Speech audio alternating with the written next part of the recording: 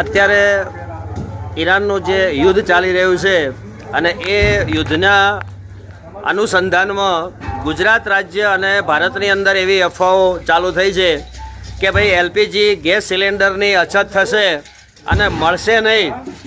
પરંતુ અહીં આજે સવારે 9:52 ધરતી ભારત ગેસ એજન્સીની રૂબરૂ મુલાકાત લેતા અહીં ભારત પેટ્રોલિયમની એક ગાડી આવેલી છે અને અહીં જે બારી છે એટલે કે જે ઓફિસ છે નોંધાવવાની, ત્યાં કેટલાક કસ્ટમર એવી કમ્પ્લેન કરી રહ્યા છે કે ભાઈ ઓનલાઈન ઓટીપી આવતો નથી અને ઓનલાઈન નોંધણી થતી નથી.